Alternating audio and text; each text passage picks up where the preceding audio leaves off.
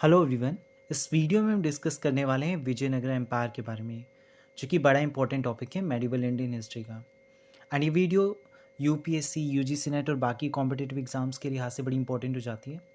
और अगर आप हिस्ट्री ऑनर्स के स्टूडेंट हैं किसी भी यूनिवर्सिटी में, तो भी आपके लिए बड़ी इंपॉर्टेंट वीडियो है।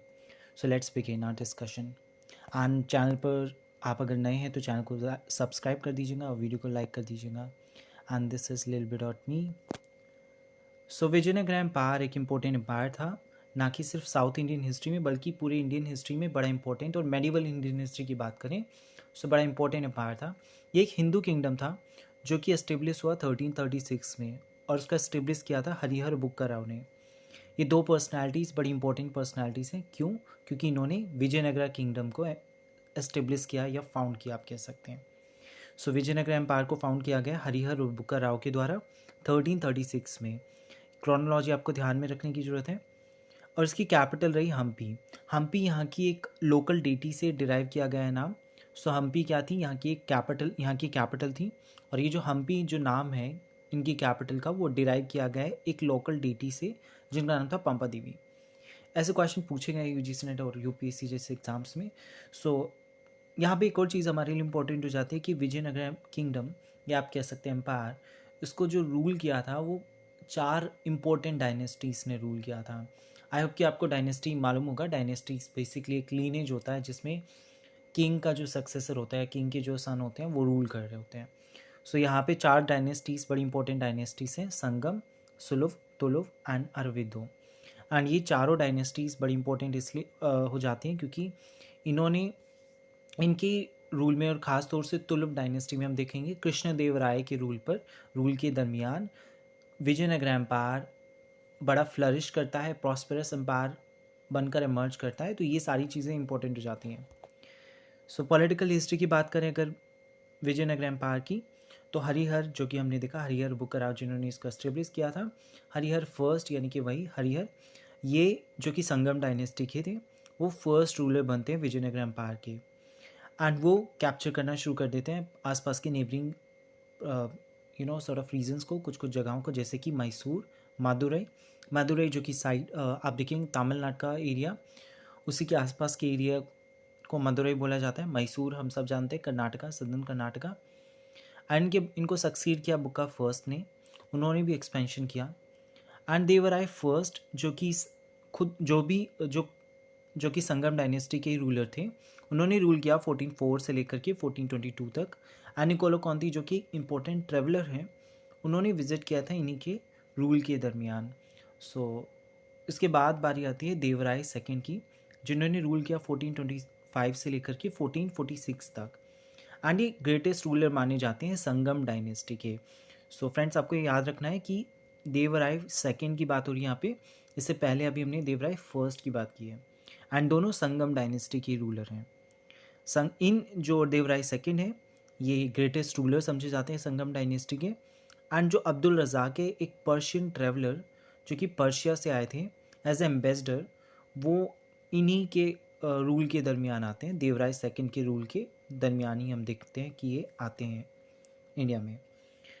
और इनके अकाउंट्स भी बड़े इंपॉर्टेंट हो जाते हैं, जैसे जैसे अभी हमने देखा निकोलो कॉन्ती और अब्दुल रज़ाक, डोमिंगो पेस, ये जितने भी ट्रैवलर्स हैं, ये विजयनगरा के टाइम पर विज़िट कर रहे हैं इंडिया को। तो हमें ध्यान रखनी है इन्होंने क्या कहा विजयनगरा एम्पायर के बारे में, और बाकी ट्रैवलर्स ने किस किस जगह को विज़िट किया। अगर आप चाहें तो मैं इस पर एक अलग से सेपरेट वीडियो बना सकता हूँ, आप कमेंट सेक्शन में बता सकते हैं। इसके बाद हम बात करते हैं बाकी रूलर्स की, जैसे नरसिम्हा सुलभ, नरसा नायक, वीरा नरसिम्हा, जैसे अलग अलग रूलर्स ने रूल किया। लेकिन सबसे ग्रेटेस्ट रूलर जो अभी तक के माने जाते हैं वो हैं कृष्णदेव राय, जो कि तुलुव डायनेस्टी के थे, जिनको ग्रेटेस्ट रूलर माना जाता है अभी तक का पूरे विजयनगरा की हिस्ट्री में, क्योंकि इनके टाइम पर एक्सपेंशन हुआ एम्पायर का। एंड इन्हीं के समय पर हम देखेंगे अपनी ग्लोरी के सबसे हाईएस्ट पीक पर होता है विजयनगर एम्पायर। इनके समय पे सबसे ज़्यादा टेरिटरीज कॉन्कर की गई, सबसे ज़्यादा एक्सपेंशन हुआ, और ना कि सिर्फ पॉलिटिकल एक्सपेंशन और मिलिट्री एक्सपेंशन, बल्कि हम देखेंगे कि आर्ट एंड आर्किटेक्चर में भी बड़ा फ्लरिश किया जो विजयनगर एम्पायर था इन्हीं के टाइम पर। इसलिए इनका टाइम गोल्डन पीरियड भी माना जाता है। कुछ हिस्टोरियंस के द्वारा। एंड इन्हीं के समय पे रायचूर दोआब, हालांकि इससे पहले भी रायचूर दोआब को कॉन्कर किया गया। रायचूर दोआब क्या है बेसिकली? रायचूर दोआब एक ज़मीन का टुकड़ा है जो कि कृष्णा और तुंगभद्रा रिवर के बीच में है। सो हम जानते हैं दोआब क्या होता है। दोआब बेसिकली एक जगह होती है जो कि दो नदियों के बीच का एक हिस्सा होती है।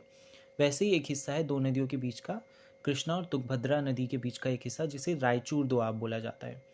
एंड ये रायचूर दोआब बड़ा फर्टाइल एरिया था जो कि बहुत ज़्यादा आपको रिवेन्यू जनरेट करके दे सकता है। इसलिए हर रूलर चाहता था कि रायचूर दोआब पे उसका कंट्रोल हो। इस वजह से इस प्रॉस्पेरस, इस फर्टाइल रीजन की वजह से कई बैटल्स हुई विजयनगर एम्पायर और बहामनी किंगडम के बीच में। और फिर बहामनी के डिसइंटीग्रेशन के बाद उसके जो सक्सेसर स्टेट थे बीजापुर, उसके बीच में। तो हम, अगर आपको बहामनी के बारे में समझना है तो मैंने उस पर भी वीडियो बनाया हुआ है, आप जाकर देख सकते हैं। मेडिवल इंडियन सीरीज़ के नाम से ही आपको प्लेलिस्ट मिल जाएगी। और ये भी मेडिवल इंडियन हिस्ट्री की सीरीज़ का हिस्सा है जो वीडियो अभी आप देख रहे हैं। सो बेसिकली हमें समझने की ज़रूरत है रायचूर दोआब की वजह से कई बैटल्स हुई साउथ इंडिया में। एंड वो बैटल्स किसके बीच में हुई? Vijayanagara empire versus Bahmani. और बहामनी के टूटने के बाद, क्योंकि बहामनी के डिक्लाइन के बाद उसके 5 टुकड़े हो गए थे, एंड उन्हीं में से एक स्टेट था बीजापुर। बीजापुर ने बहामनी के बाद विजयनगर से लड़ाई कंटिन्यू रखी। तो ये हमें समझने की ज़रूरत है। तो बीजापुर से इन्होंने छीन लिया था, एक तरह से कॉन्कर कर लिया रायचूर दोआब को। हालांकि ये सिलसिला चलता रहा, बीजापुर ने भी कॉन्कर किया वापस से और इन्होंने भी कॉन्कर किया, ये सिलसिला चलता रहा। लेकिन मिलिट्री कॉन्क्वेस्ट के नज़रिए से देखें तो इन्होंने काफ़ी लंबे समय तक रायचूर दोआब को अपने कब्जे में रखा और बीजापुर को एक तरह से डिफीट का सामना करना पड़ा। और साथ में ओडिशा के कुछ पार्ट्स, वरंगल के कुछ पार्ट्स को भी इन्होंने एनेक्स किया विजयनगर एम्पायर में। ओडिशा हम सब जानते हैं, और वरंगल बेसिकली आज का तेलंगाना और उसके आसपास का एरिया। उसके बाद एक चीज़ और हमें ध्यान रखने की ज़रूरत है, क्योंकि ये साउथ इंडिया के कॉन्टेक्स्ट में बात हो रही है। तो साउथ इंडिया के कॉन्टेक्स्ट में हम सब जानते हैं कि साउथ इंडिया एक पेनिनसुला पार्ट है। पेनिनसुला बेसिकली वो हिस्सा जो कि 3 तरफ से ओशन से घिरा है। अगर हम इंडियन पेनिनसुला की बात करें तो एक तरफ से बे ऑफ बंगाल है, दूसरी तरफ से अरेबियन सी, और अगर हम नीचे से देखें तो इंडियन ओशन है। तो 3 तरह से पानी से घिरा है। इसलिए जो विजयनगर के रूलर्स थे उनको ज़रूरत महसूस होने लगी एक नेबल पावर की भी, एक नेबल मतलब खुद को मजबूत करना, not just on the land but also on the oceans. And इसलिए उन्होंने नेवल पावर को भी स्ट्रेंथन करने की कोशिश की और उसको डेवलप किया। एंड इसमें सबसे इम्पोर्टेंट रोल प्ले किया कृष्णदेव राय ने। साथ ही में इन्होंने बाकी जो नेवल पावर्स थी, जैसे पोर्चुगीज़ हुए उस समय और अरब ट्रेवलर्स, उनके साथ भी बड़े अच्छे फ्रेंडली रिलेशंस रखे, जिससे इनको इकोनॉमिक बेनिफिट्स मिलते रहे। तो ये हमें ध्यान रखना है। पोर्चुगीज़ से इनके खास रिलेशंस थे एंड इन्होंने काफ़ी कंसेशंस भी दिए पोर्चुगीज़ को, क्योंकि उस समय पोर्चुगीज़ का काफ़ी डोमिनेशन था। तो ये भी हमें ध्यान रखने की ज़रूरत है। इसके बाद हमें ध्यान रखना है कि ये क्योंकि हमने देखा सिर्फ मिलिट्री कॉन्क्वेस्ट या फिर मिलिट्री अचीवमेंट या पॉलिटिकल अचीवमेंट के लिए नहीं जाना जाता है कृष्णदेव राय का पीरियड, बल्कि साथ में इनकी आर्ट एंड आर्किटेक्चर की वजह से भी जाना जाता है। ये खुद एक स्कॉलर रहे बहुत, इन्होंने खुद कई टेक्स्ट लिखे। एंड इन्हीं के कोर्ट में हम देखेंगे अष्टदिग्गजा, बेसिकली अष्टदिग्गजा मतलब 8 इम्पोर्टेंट, जैसे हमने सुना है ना अकबर के टाइम पर बीरबल, तोडरमल जैसे इम्पोर्टेंट नॉबल्स रहे जिन्होंने एडवाइस किया अकबर को इम्पोर्टेंट पॉलिसीज़ पे। वैसे ही हम देखेंगे कि कृष्णदेव राय के समय भी इम्पोर्टेंट नॉवेल्स रहे, एरिस्टोक्रेसी, कुछ इम्पोर्टेंट पर्सनालिटीज़ रही। तेनाली रामा का हम नाम सब जानते हैं। ऐसे ही कुछ एग्जांपल्स आप ले सकते हैं। सो तेनाली रामा जैसी पर्सनालिटीज़ इनके कोर्ट में रही एंड इन्होंने आर्ट एंड आर्किटेक्चर को पेट्रोनाइज़ किया। जैसे कि हम देखेंगे, अगर मंदिर या टेम्पल्स की बात करें तो गोपुरम का जो आइडिया था वो इन्होंने ऐड कराया, यानी कि आर्ट एंड आर्किटेक्चर में इनका कंट्रीब्यूशन माना जाता है गोपुरम को। गोपुरम बेसिकली एक एंट्रेंस होता है जहाँ पे हम देखते हैं एक सॉर्ट ऑफ एक टेम्पल का एक पार्ट आप कह सकते हैं उसको। इसके साथ ही इन्होंने कैनाल्स को बिल्ड कराया है, वाटर रिजर्व्यूर्स को, जैसे कमलपुरम सॉर्ट ऑफ रिजर्व्योर और बाकी रिजर्व्यूर्स, कैनाल सिस्टम स्ट्रेंथन किया, जिसके बारे में डोमिंगो पीस और बाकी लोग बात करते हैं, जिस वजह से एग्रीकल्चर को एक तरह से इरिगेशन जो था वो प्रोवाइड किया जा सके। इसके बाद अगर डिक्लाइन की बात करें तो कृष्णदेवराय के बाद जितने भी सक्सेसर्स रहे वो वीक रहे, और इसी वीकनेस का फ़ायदा उठाया नीबर कंट्रीज़ ने, आप कह सकते हैं, या फिर नीबर स्टेट्स ने, जो कि ये मौका देख रहे थे कि जैसे ही विजयनगरा वीक हो उसको कॉन्कर कर लिया जाए, उसको डिफीट करा जाए। तो जैसे ही हम देखेंगे कृष्णदेवराय के सक्सेसर्स वीक थे और इसी वीकनेस का फ़ायदा उठाया बीजापुर ने, और बीजापुर ने अपने साथ बाकी नेबरिंग स्टेट्स को मिलाया और उसको डिफीट किया एक बैटल में। लेकिन इससे पहले आपको ये ध्यान रखने की ज़रूरत है कौन कौन से वो नेबरिंग स्टेट्स है विजयनगर के। तो सबसे इम्पोर्टेंट है बीजापुर एंड गोलकुंडा, अहमदनगर, मदुरई सल्तनत, बेरार, बिदार। एंड इसमें बीजापुर, गोलकुंडा, अहमदनगर, बेरार, बिदार, ये 5 जो हैं वो बाहमनी किंगडम का ही हिस्सा थे। यानी कि पाँचों को मिला के बाहमनी किंगडम था एक। लेकिन बाहमनी किंगडम के टूटने के बाद ये 5 अलग अलग हिस्से बन गए। जैसे बीजापुर आज के रायचूर दोआब से ऊपर वाला एरिया आप कह सकते हैं, यानी कि आज का महाराष्ट्र वाला एरिया, वहाँ पे रूल करते थे बीजापुर।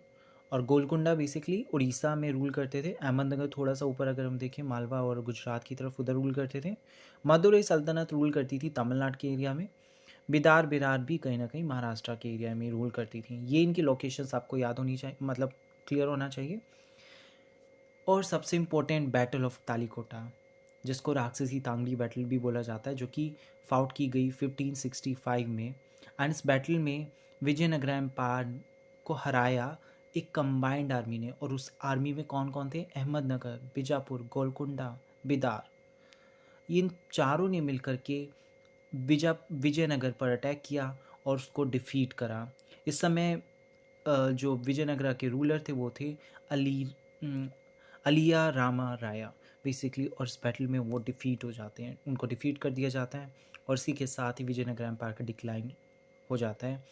और इसके बाद इस बैटल में हम देखेंगे किस तरह से बीजापुर ने डिवास्टेशंस किए, डिस्ट्रक्शंस किए, मैसेकर्स किए, वो सारी एट्रोसिटीज़ की लोगों पर, जो कि बड़ी एनीवे ह्यूमन राइट्स के खिलाफ है। सो एडमिनिस्ट्रेशन और गवर्नेंस की बात करें तो विजयनगरा की एक वेल ऑर्गेनाइज्ड एडमिनिस्ट्रेटिव सिस्टम था। किंग जो कि हेड था पावर का। ये पूरा मेडिवल इंडियन हिस्ट्री या फिर इंडियन एंशिएंट इंडियन हिस्ट्री की बात करें तो हर जगह हमें देखने को मिलता है जहाँ पे किंग हेड होता है पावर का। पूरी स्टेट में सबसे इम्पोर्टेंट किंग होता है, वो अपेक्स होता है पावर पे। एंड एम्पायर को डिवाइड किया गया प्रोविंसेस में, जैसे आज भी किया गया है, स्टेट्स में डिवाइड किया गया।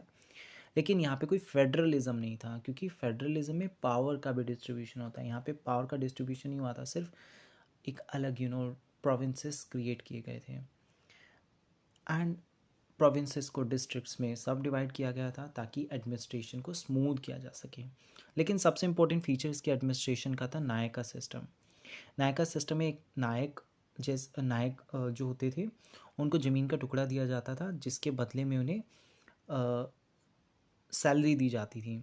और ये सैलरी क्यों दी जाती थी? क्योंकि उनको उस सैलरी से ट्रूप्स को मेंटेन करना होता था, हॉर्सेस को मेंटेन करना होता था, एलिफेंट और कैवलरी एक तरह से मेंटेन, आर्मी को आप कह सकते हैं, आर्मी का कुछ पार्ट्स इनको अपने साथ, जैसे कैवलरी मैन हो गया या बाकी लोगों को रखना पड़ता था ताकि किंग को सपोर्ट कर सकें इन द वॉर और बैटल्स।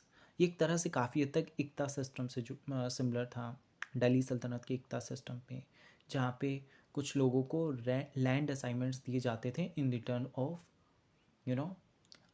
लैंड असाइनमेंट्स दिए जाते थे in return of what we call that the कि उनको मेंटेन करना पड़ता था ट्रूप्स को, हॉर्सेस को, एलिफेंट्स को, या आप कह सकते हैं कैवलरीमैन्स को। विजयनगर के जो रूलर्स रहे उन्होंने एक लार्ज स्टैंडिंग आर्मी को मेंटेन किया, जिसको कैश में पे किया जाता था, जो कि बड़ी इंपॉर्टेंट बात है, क्योंकि उस समय एक एक लार्ज स्टैंडिंग आर्मी रखना, क्योंकि मर्सनरीज का कॉन्सेप्ट था, यानी कि आप जो सेना है वो भाड़े पे रखते थे जब ज़रूरत पड़ती थी तब। ऐसा मोस्टली मेडिवल स्टेट्स में हमें देखने को मिलता है। लेकिन इनकी एक स्टैंडिंग आर्मी थी, यानी कि वो आर्मी पूरे साल उस आर्मी के ऑफिसर्स को रिक्रूट किया जाता था पूरे साल के लिए, या लंबे उनकी पूरे टाइम के लिए उनको सैलरी दी जाती थी मंथली, और वो कैश में दी जाती थी। ये हमें ध्यान रखना है। So that's all If you like the video, please like the video and subscribe the channel. Thanks for watching the video.